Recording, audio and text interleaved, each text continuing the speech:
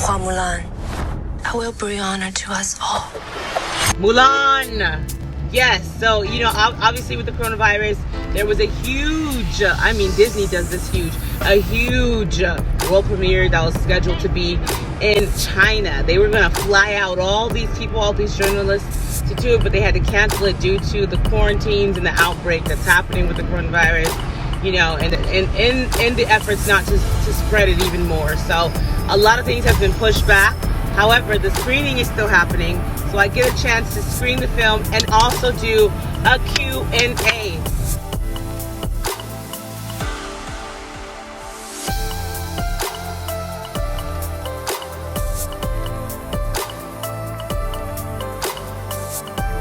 In the elevator, literally getting ready to go to the screening. Starting such films as the horror series Once Upon a Time and The Assassins, please welcome Yi Fei. This is a role that everyone wants to play because it's just so meaningful, as a woman or as a human being, to really be that brave and loving and accept her imperfectness to become who she really want to be. And I really asked myself a lot of questions because I know the audition process, it is hard because you need to go into a room and continuously run a few scenes. Your first audition, you were really jet lagged. Kind of, yeah. Yeah, wow. Yeah, try to persuade myself I don't have jet lag. That worked. It's coffee too. Yeah. And did I hear you saw over 1,000 actresses for this role? Yeah, we did. We did a worldwide search, and we did a really deep search in China, because I think a lot of us in the casting process had this really romantic dream that we might find Mulan in a little village in China. We found, honestly, beautiful actresses, but when it really came down to it, we didn't feel that we had found Mulan, So we started again, and we went back to China. This is a year after we'd started. We went back and we went through the lists of everybody that wasn't available the first time around, and Yi Fei was one of the people on that list, and she agreed to come audition come to Los Angeles, and she was so terrifyingly good as an actor, but also really strong, super strong. The audition was very demanding, and then so on top of her jet lag and the 2 hours and the dramatic audition with me, she had to go to a physical audition with a trainer, because I was determined to have a young woman in this role that could understand and commit to the physical nature of the work. And so she hadn't slept, she was blown for 14 hours, she hadn't slept all night. It's 5 o'clock the next day, and she's in the gym with a trainer who's pushed her to her limits. She never stopped, she never asked for a break, she did everything that was asked of her, and I'm lucky that we found our Milan, and that I found a partner and a collaborator and really genuinely a warrior. And I obviously heard the dance calls, but I've never heard of a physical art.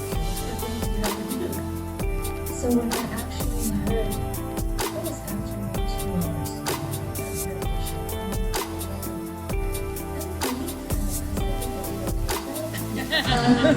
And he said, so we're gonna send you to this physics trainer to just to see, this is such a gym there. And then, okay, kind of relieved that I'm on my next step. So that means something, And then, I remember that the trainer was there, was super professional.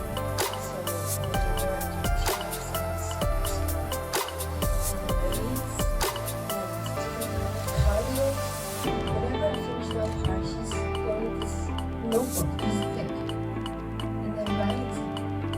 So that part is and then after like 90 minutes, I couldn't walk. Yeah, I think it's more intense than the actual training process. Really tests your limits. But it was fun, something to remember. Yeah. I mean, you've done movies that featured heavy martial arts before, but the training for this must have been like unlike anything else. Yeah, for me, every movie is the brand new, like totally new to me. I've did act on some movies that has martial art element, but obviously I'm not a professional. But I'm so glad that I have this long time to prepare. Mm-hmm. Yeah, and that some of the flexibility helped me. Yeah. I mean, how long did you spend training, and what sort of things did you learn? In New Zealand, in New Zealand pre-production. Oh wow. Yeah. Was that the question? How long? Yeah, how long for this movie was 3.5 months. Wow. Yeah. Is it like, do they have a day where they're like, today's the day you learn to flip over backwards on a horse? Yeah, I did. I think they're so specific that, if you ask me what kind of training I will do, I will pick the exactly same. I even learned Tai Chi and some Qigong like movements, because Mulan, her Qi is, I understand her Qi as her connection of her spirit and her, not the ego, but the true self. So I really agree to train this way. Yeah. Happy, yeah. Do you still practice it? Or? No. Yeah. I don't blame you, believe me. Okay. In addition to the wonderful women on screen, and I love the addition of the Gong Li character in this movie. Your whole cast is really fantastic. I mean, I could talk about every single one. We just don't have the time. But yeah, you had to be really. Yeah, you'll be like.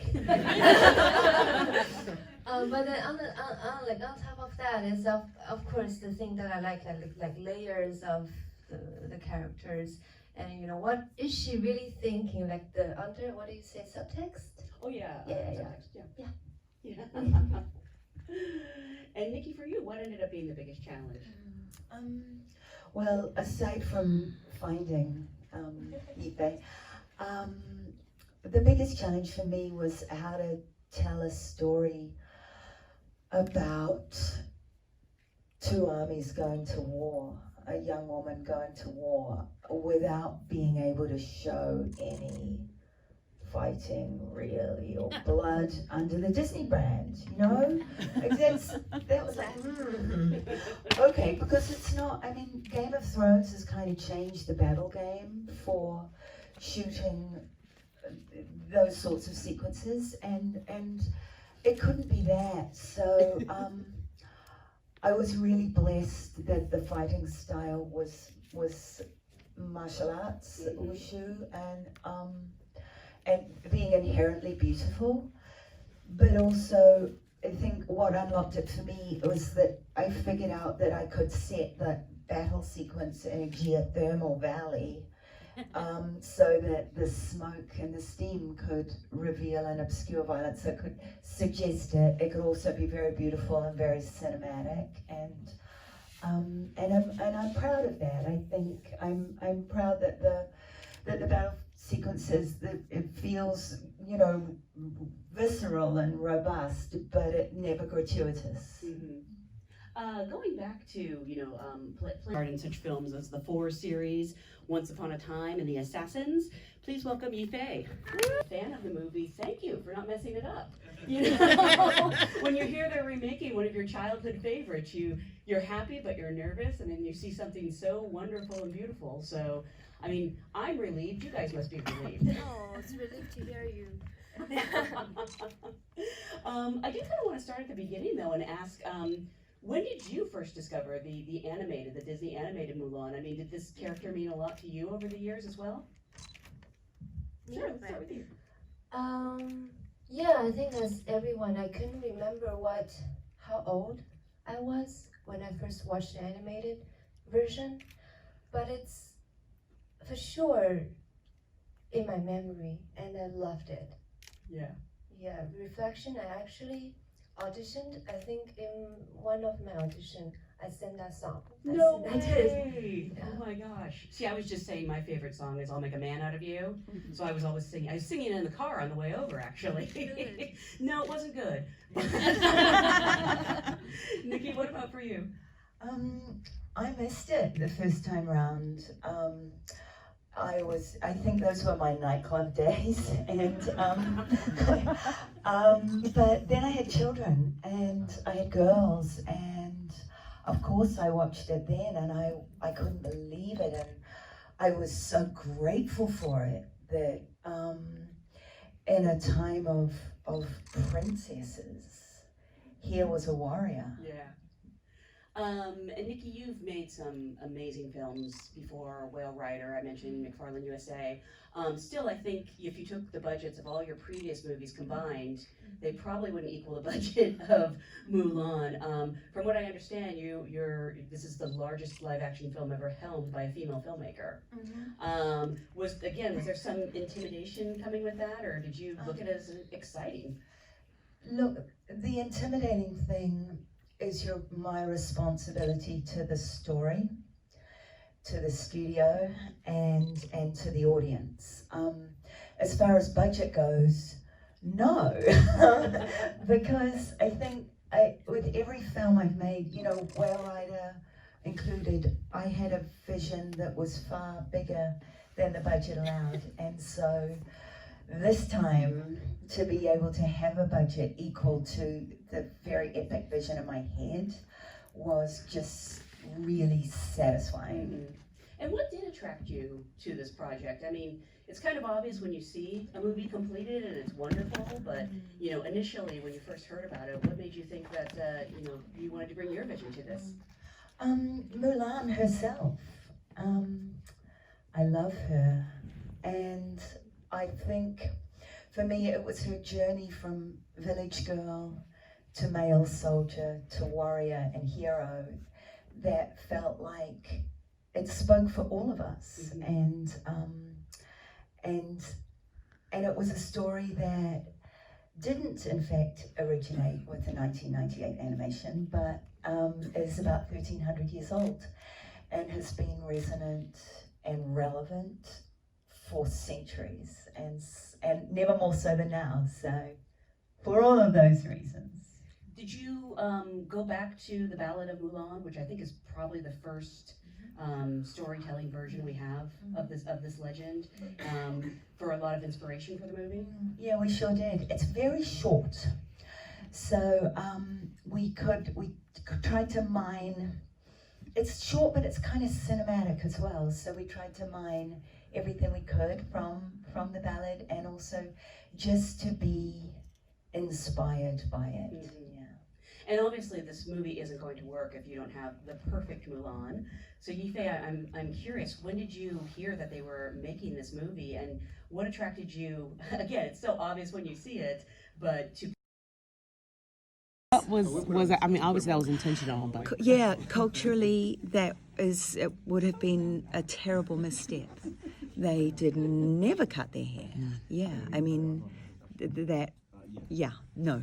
I love that. It was just so much strength to see so much hair flowing on the horse. And I know. My husband wants to, he thinks that we should build hair ties that have little speakers in them. So when we take our ponytails down, it plays reflections. And thank you for that. And that is a wrap, guys. We are leaving Directors Guild, and we are going to my friend's to celebrate her brother's birthday. So let's go turn up with Andrew, see what's going on.